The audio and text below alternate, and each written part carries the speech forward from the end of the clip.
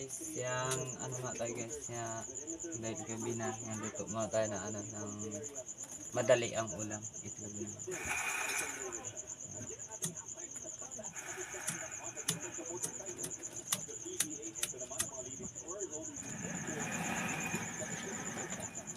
Guys, madali ang ulam.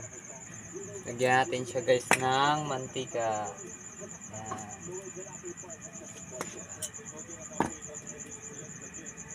Guys, dahil mainit na yung mantika natin, ilagay natin yung itlog.